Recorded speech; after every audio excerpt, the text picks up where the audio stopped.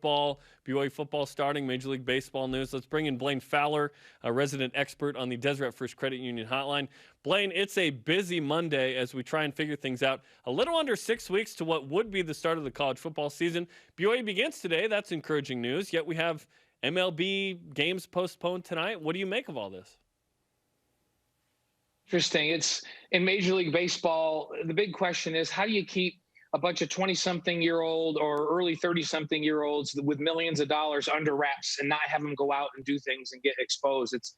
They're not doing it like the NBA where they're putting them in a bubble. And even with the NBA putting them in a bubble, we saw over this last week what happens with some guys that sneak out of the bubble for purposes of which maybe we shouldn't discuss. But anyhow, it's a hard thing to keep them under wraps. I'm more interested to see how they manage this now. And what comes of it. What's going to happen with these players on the Marlins that have tested positive?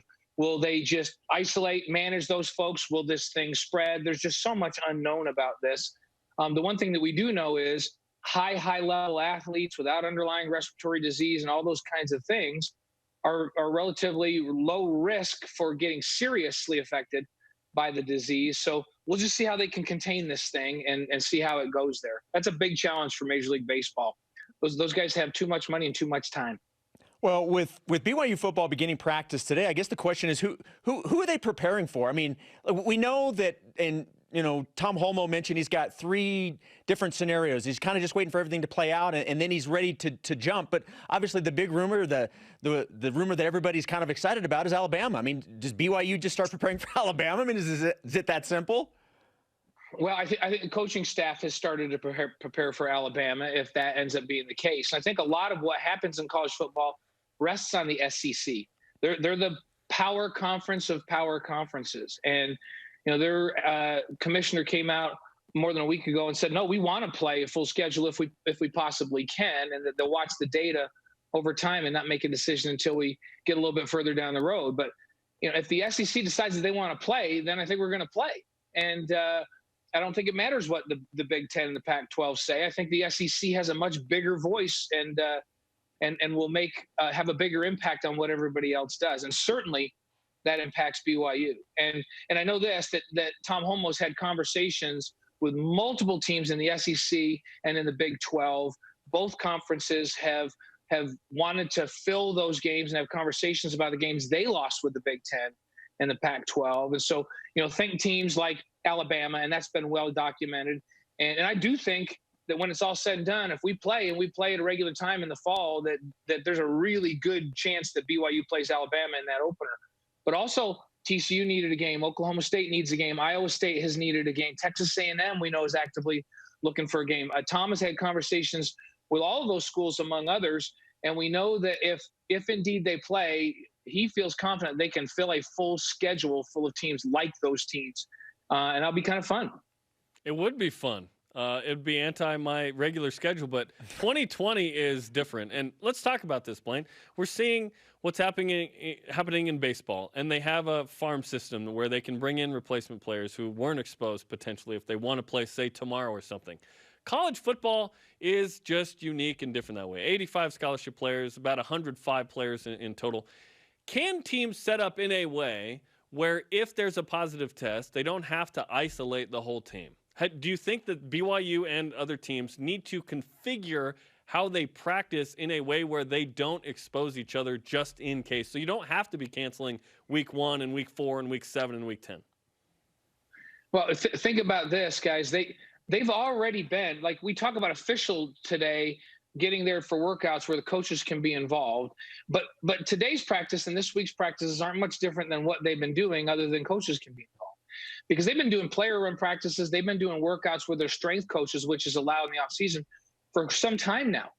Voluntary, but voluntary these days, kids get here. When it's voluntary, they're here, right? So they've been here. They're getting screened every day. They've been tested. And across the country, we've seen some teams reporting publicly and others not. But there have been a number of cases already. Clemson's a perfect example of that. Arkansas also report a high number of guys. So this has been going on for a while, and part of this 6-week run-in is because there wasn't spring ball and to be able to kind of implement things and install things that you're going to install, you need a little bit longer. You need longer to get players in shape. But now you also have 6 weeks to kind of go through. Are guys going to get it? Are they not going to get it? If they get it and you isolate those that get it away from the team and then bring them back to the team, can it either run its course, or can you get to the point where you're not having any more positive tests before you go into game one? And so the time between now and the beginning of the season is not just to get in shape, but I think it gives you enough lead time to manage through this and find out if you're going to have a problem or not have a problem.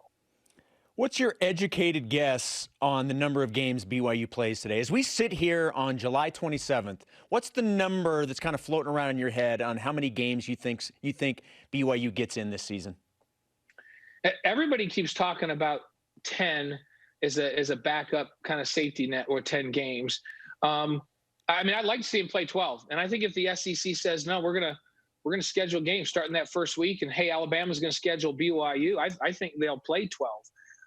But there's a lot of talk about if some of these numbers don't start to turn downward, is particularly in these hot spots in the Sun Belt, then they may push this thing back to further in September, and then you start talking about a 10-game season. So I think they're watching the numbers. You notice the NCAA Board of Governors, everybody was expecting last week for them to come out and make a recommendation of whether or not to go to spring, even perhaps, or to push it back.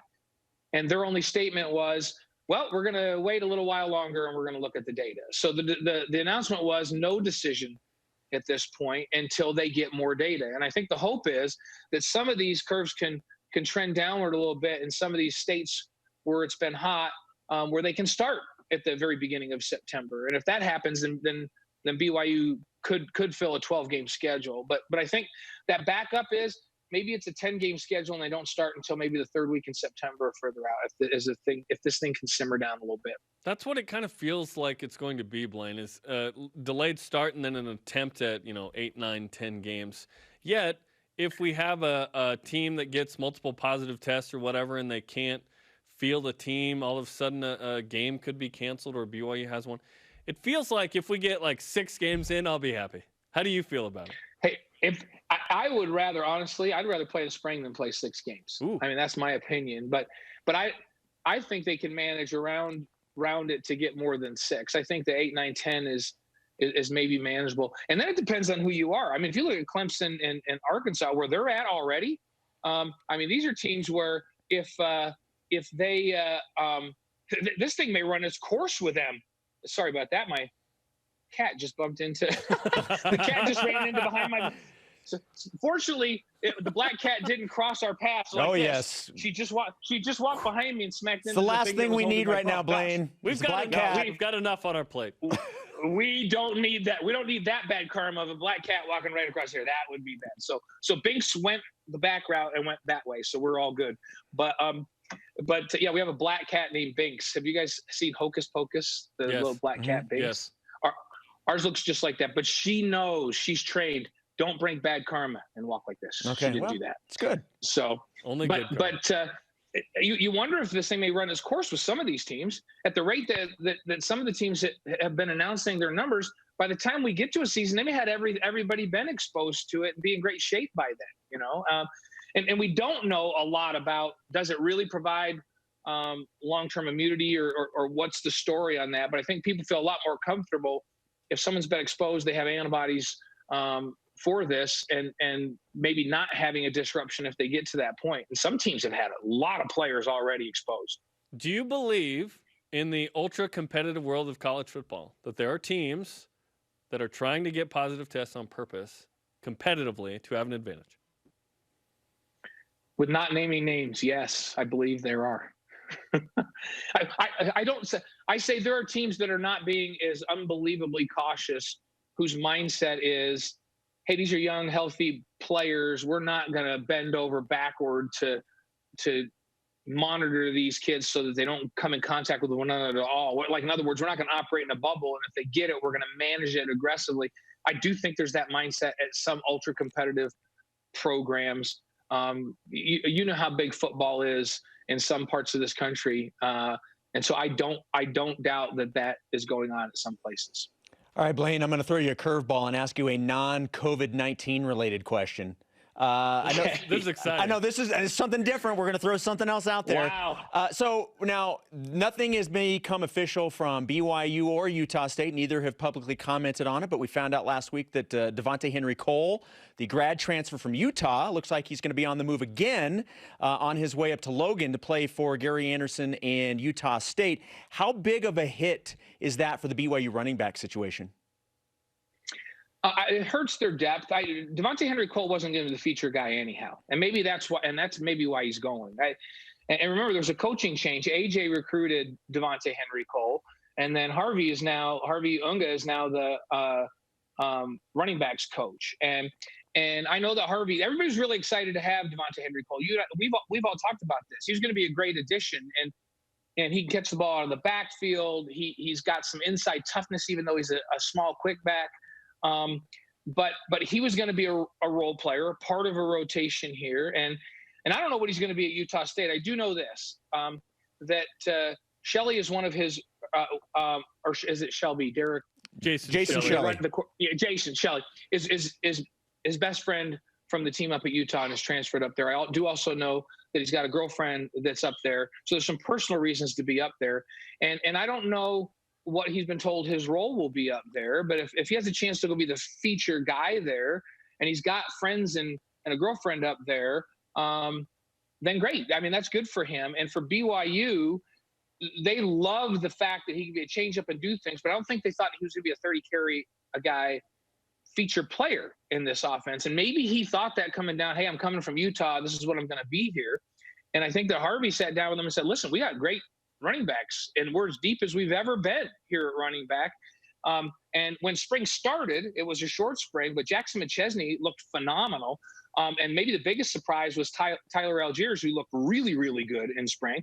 And then Lupini Katoa is nominated for a bunch of national awards. And so you've got three really, really solid backs already, and they're adding some other depth there. And so he was going to be part of what was going on here. Certainly he was going to have a role, but he wasn't going to be the feature guy. And so I don't think BYU, it hurts that you can't have that other rotator. It hurts the depth, but I don't think it's going to hurt the production for BYU at running back, because I think they're very good there. And we talked about this when I came in and did the show with you, Shep, a couple of weeks ago. Yeah. I think McChesney is going to be the big surprise guy for everybody. When this season's over, everybody's going to go, whoa, we forgot how good that guy was when he was recruited, because it's so long ago.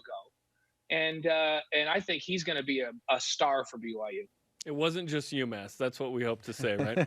Let's finish with this. Yeah, well, it was UMass, but it was a McChesney that was like half the shape that he's in right now, and wasn't his body wasn't even a sliver of what he was coming out, and he's back to that right now. You should see what he looks like. He looks like right Blaine now, at the gym. It's what he looks like. No, let's hope a little better, right? Like our arms for show, legs to go. He's got the legs to go. I just have the arms for show. You know, his legs. And please, people don't email us and say Blaine's out of his mind. I'm saying his legs. I'm sending that email right now. His legs look like Christian McCaffrey. You know how he has those big thighs where you almost have to swing your legs around one another to move, and he's got great quickness like Christian. So his legs remind me of Christian McCaffrey. Blaine, what's your email address? Say Blaine said he's going to be as good. Jackson McChesney is as good as Christian McCaffrey. I did not say that. Wait, you just said that. We can edit it. We can edit it. Yes. Come on. Yes. Yeah. No. Whenever we compare somebody to somebody, like, is Blaine out of his mind? Did he say that he's as good as Christian McCaffrey? I didn't say that. I said his legs remind me of Christian Blaine McCaffrey. at biceps4days.com. Blaine, explain how you have an AOL still to the people. This is a real thing. An AOL email address. See that? No, the reason I have it is I have had AOL for so long. Like, AOL is a charged service now with all these security things. And Jeremy and I were talking about, he's like, why do you still have AOL? I have had AOL so long that I still am grandfathered in, and I don't get charged for all the stuff. You get the disc still? The disc? You get to see your No, I don't. I'm just old school, you guys. Fresh. I'm just old school. So So we can't tell anybody my email because they'll all be saying Blaine's out of his mind again. He said that Jackson McChesney is as good as Christian McCaffrey. I did not say that. So the guy that has the AOL thinks that Jackson McChesney is as good as Christian McCaffrey. Yeah. So his lower body is built very similar to Christian. And remember, we were around Christian a lot when Dallas, my son-in-law, was playing over at Stanford, and Jackson has that really big lower body and great quickness. Runs in the 4.4s, runs a sub 1100 meters. I think he's the real deal.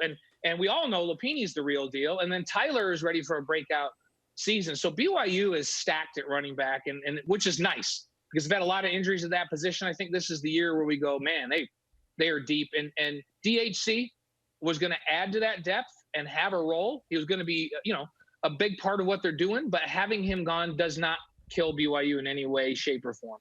Okay, Blaine, we appreciate the time, and good luck migrating from AOL to Juno. No. Hey, I do have a Gmail account. I just don't give it to you guys because it's double secret. Oh. Well, it's not a secret. Not anymore. Here we go. Blaine, thanks for the time, man. All right, guys. Talk to you later. That's Blaine